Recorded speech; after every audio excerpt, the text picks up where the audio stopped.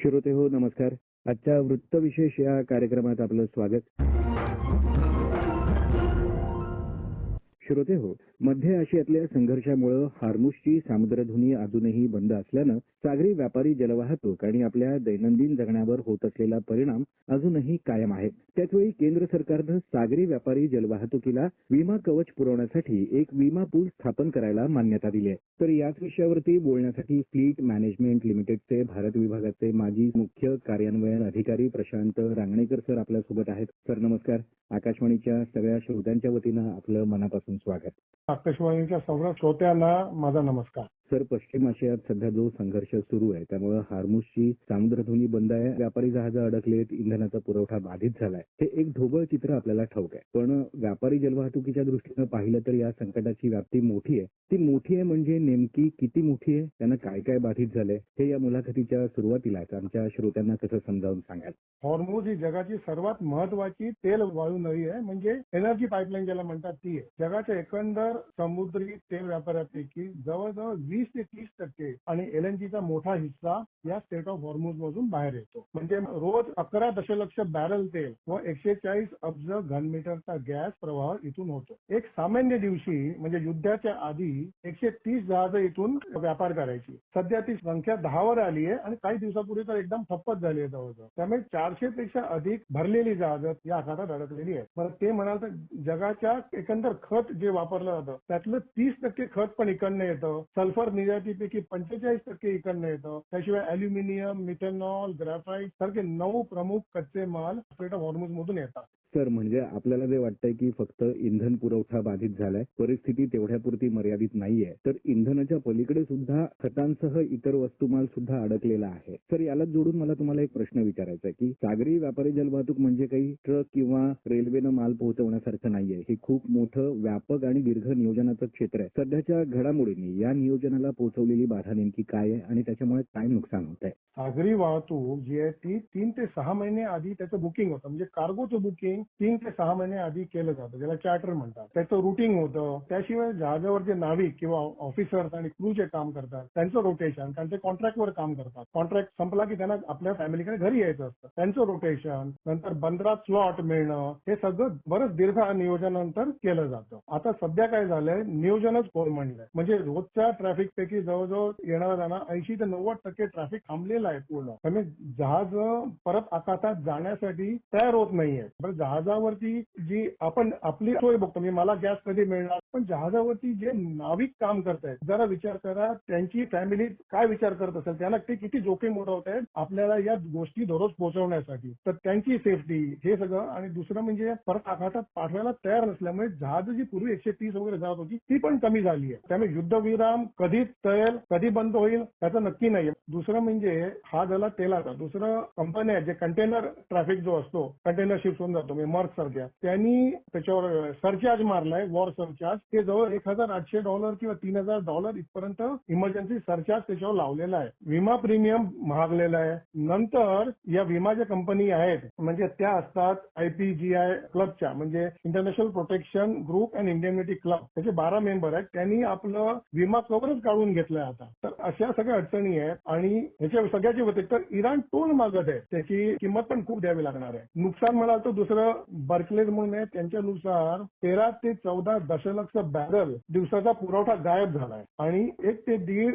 Trillion वार्षिक व्यापार धोक्यात आलाय. म्हणजे हे मी तुम्हाला थोडक्यात सांगतोय किती त्याचा परिणाम अख्ख्या जगावर झालाय. भारतावर तर नक्कीच झालाय, भारतावर अख्ख्या जगावर त्याचा परिणाम झालेला आहे. सर, म्हणजे एकूणच नियोजन आणि लॉजिस्टिकच्या दृष्टीनं संपूर्ण व्यापारी जलवाहतूक आणि त्यामुळे जगभरातली पुरवठा साखळी बाधित झाली आहे. जर हे स्वरूप इतकं गंभीर आहे तर त्यामुळे आपला व्यापार, देशाचं अर्थकारण आणि सामान्य नागरिकांच्या दैनंदिन आयुष्यावर होत असलेला दीर्घकालीन परिणाम काय आहे? मी म्हटलं असं तेलाच्या वेळेस फर्टिलायझर किंवा अॅल्युमिनियम वगैरे येतं, ह्याचाही पुरवठा अगदी कमी झालेला आहे. तेल सध्या $100 बॅरलच्या वरती किंमत गेलेली आहे त्याची, जे पूर्वी 70-75 पर्यंत होतं आणि ते आणखीन वर जाण्याची शक्यता आहे. ब्रेंट जे म्हणतात, ब्रेंट क्रूड, म्हणजे ते इंटरनॅशनल सर्किटमध्ये त्याच्यावर किंमत ठरवली जाते. जे नॉर्थ सी मधून येतं, प्युअर असतं ते, त्याची किंमत 90 ते 110 पर्यंत जाण्याची लवकरात लवकर शक्यता आहे. त्यामुळे तेल वाढलं की आपल्याला माहिती आहे सगळ्या गोष्टी महागतात. खतांचा तुटवडा जाणवणार आहे. पुढच्या हंगामात अन्नधान्य, महागाई, प्लास्टिक, पेंट, धातू हे कच्चे माल पण मिळणं कठीण जाणार आहे. किंवा मिळालं त्याची किंमत खूप वाढणार आहे. आता भारताचं प्रत्यक्ष सांगायचं झालं तर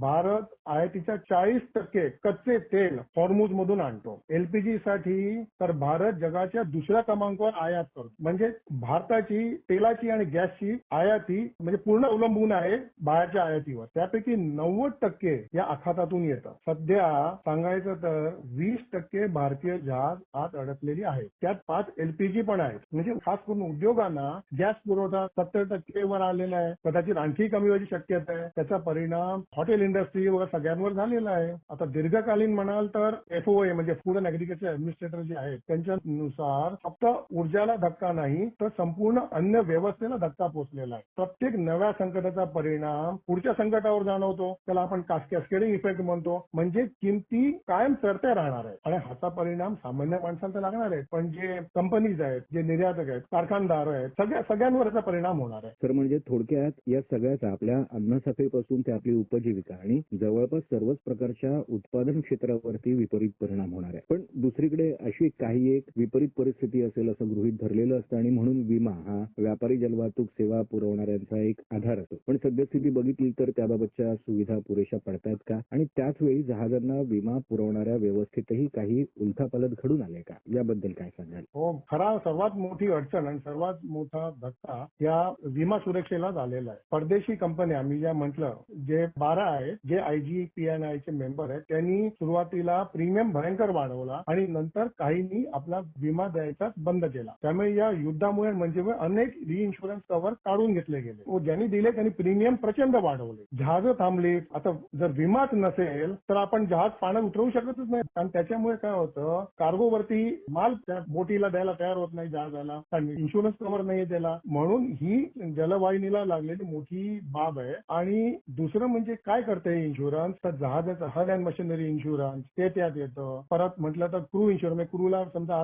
बोटीवरती जे नाविक आहेत त्यांना उद्या काही वैद्यकीय मदत लागली ती यातून मिळते, ते बंद होणार. जहाजावर जो माल आहे त्याचं उद्या नुकसान झालं तर भरून कोण काढणार, किंवा उद्या जहाजाचा समजा अपघात झाला त्याचं भरणं, हे सगळं या विमावर अवलंबून आहे. ते सगळं आता निलंबित झालं किंवा भयंकर वाढलंय. त्यामुळे आज ही भारतीय तिसऱ्या पक्षाच्या दायित्वावर अवलंबून आहे आंतरराष्ट्रीय स्तरावर. त्यांनी कव्हर काढलं की समजा व्यापार ठप्प झाला. आता हे आपल्या सरकारने जाणून घेतलंय चांगलं आणि त्यांची प्रयत्न चाललाय. त्यामुळे त्यांनी एक बीपी म्हणजे भारत मरीन इन्शुरन्स पूल म्हणून निर्माण करतायत. ते तर शिपिंग लाईन, चार्टर्स, विमा कंपन्या या कशा ऑपरेट करतात, तर त्या विश्वासार्ह सुरक्षा हमी म्हणजे ट्रस्ट बेस्ड गॅरंटी आणि जोखीम आखाडा म्हणजे रिस्क अनालिसिस कसा आहे ह्याच्यावरून ते आखातात आपलं जहाज उतरवतात किंवा त्याला ते कव्हर देतात. आता 2 आठवड्याचा तात्पुरता युद्धविराम झालाय पण तो पुरेसा नाहीये आपल्याला. आता बदल जर करायचा झाला, समजा काही यात पर्याय शोधायचा झाला, तर असं आहे की जे रेड सी म्हणजे जान्बू म्हणून एक पोर्ट आहे सौदी अरेबियाचं, जे लाल समुद्र जे म्हणतो तिकडे आहे, त्याच्याकडून बाहेर काढून तेल किंवा बाकीचे जे जिन्नस आहेत ते तिकडनं आणावे लागणार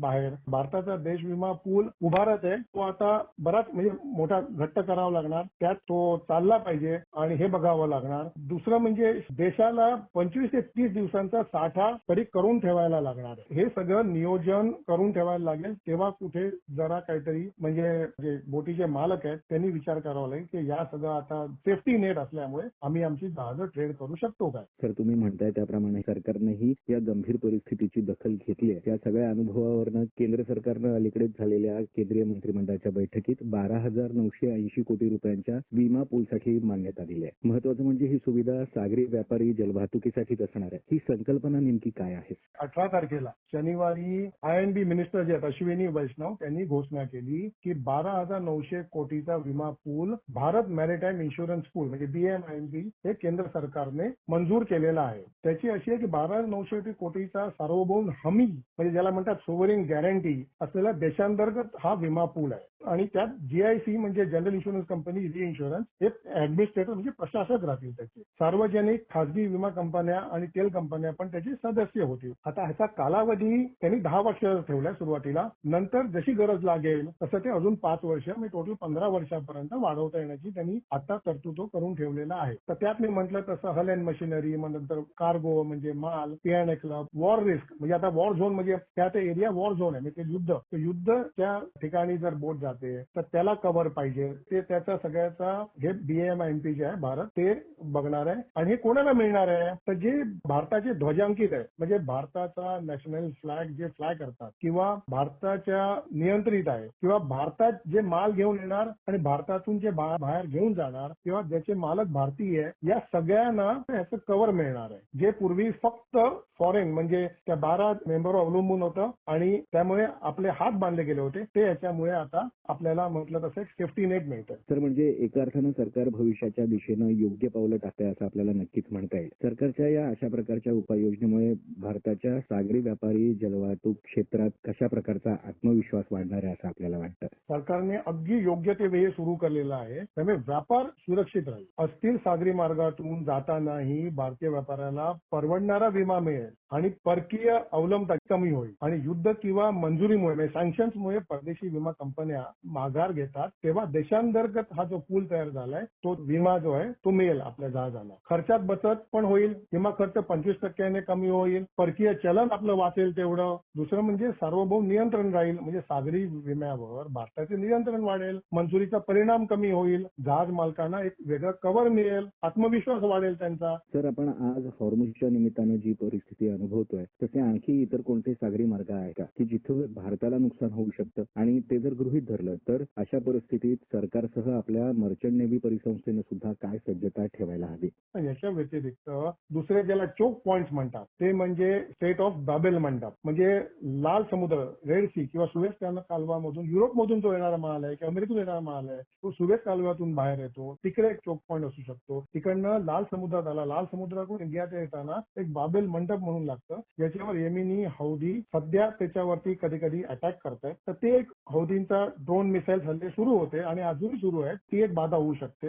दुसरं म्हणजे भारताचा 50% पेक्षा जास्त व्यापार मलाक्का स्टेटवरून होतो म्हणजे जे सिंगापूरला लागून जे आहे सिंगापूर मलेशिया इंडोनेशिया आपल्या पूर्वेला जाताना चीनवर वगैरे जो आहे जाताना किंवा जपानला जाताना तिकडनं जे माल येतो जातो तो सगळा इकडनं जातो त्यामुळे हा जो मलाक्का स्टेट आहे तो पण तेवढा जोखमीचा आहे आपल्याला. दुसरं म्हणजे ब्लॅक सी ज्याला म्हणतात म्हणजे काळा समुद्र जो रशिया युक्रेन युद्धामुळे आधीच विमाचं कव्हर काढलं गेलंय. रशियाशी आपला व्यापार खूप होता तिकडच्या देशांचे व्यापार खूप होता युक्रेनशी आणि त्यांचं युद्ध चालू असल्यामुळे तोही विमा कव्हर नाहीसा झालाय जवळजवळ. तर आता थोडा सज्जता काय हवी म्हणजे आपण काय केलं पाहिजे तर विमा स्वावलंबन म्हणजे मी म्हटलं तर भारत मरीन इन्शुरन्स पूल सारखे पूल सुरू केले आणि ते आणखीन येणाऱ्या दिवसात बळकट केले पाहिजे त्याची व्याप्ती वाढवणं जरुरी आहे. दुसरं म्हणजे पर्यायी साठे व मार्ग मी म्हटलं तर 25 ते 30 दिवसांचा धोरणात्मक साठा आपल्याकडे ठेवायलाच लागणार आहे कारण ही जिओपॉलिटिकल सिच्युएशन कधीही कुठेही उद्भवू शकते. दुसरे जे पोर्ट्स आहेत जे स्टेट ऑफ हॉर्मुझच्या बाहेर आहेत यानबू आहे किंवा चाबार आहे इराणचं सारखे पर्यायी जी बंदरं आहेत दुसरी बंदरं ती विकसित करावी लागणार आहे. भारताला त्यात थोडी मदत करावी लागणार आहे कारण सर्वात जास्त फटका आपल्याला बसतोय. बरं दुसरं म्हणजे मर्चंट नेव्हीसाठी सांगाल तर जहाजांचं संरक्षण कारण बोटीवरती म्हटलं तर नाविक जे काम करतात ते आपलं जीव धोक्यात घालून ते सगळ्या गोष्टी आपल्यावर पोहोचवतात पण त्यांच्याकडे स्वतः काही नेव्हीच्या शिप्स नाही इंडियन नेव्हीच्या स्वतः संरक्षण करू शकत नाही त्यामुळे त्यांना नेव्हल एस्कॉर्ट लागणार तो पुरवावा लागणार त्यामुळे त्यांना नाविकांनाही खात्री बाल की माझं संरक्षण करायला माझा देश उभा आहे माझ्या पाठीशी ते लागेल. जे मालक आहे जहाज आहे त्यांनाही थोडी हे मिळेल की बाबा माझ्या पाठी देश उभा आहे मी माझं जहाज या एरियात पाठवू शकतो. सध्या फक्त इराण आणि चीन भारताशी संबंधित जहाजांचा प्रवेश चालू आहे तो पण हल्ली बंद झालाय पण या सगळ्या उलाढाली ज्या आहेत त्या म्हणतात तसं इंग्लिशमध्ये वोलाटाईल आहे कधी काय होईल सांगता येत नाही. त्यामुळे जेवढं होईल शक्य तेवढं आपल्याला आत्मनिर्भर राहावं लागेल आणि देशांतर्गत क्षमता वाढवावी लागेल म्हणजे रिफायनिंगची खत उत्पादनाची एलएनजी टर्मिनल्स वाढवावे लागतील त्यात स्वयंपूर्ण करावे लागतील. 10-15 दिवसांचा पुरवठा थांबला तरी टंचाई येणार नाही त्याची खात्री बाळगून घ्यावी लागेल. तर थोडक्यात सांगायचं म्हणजे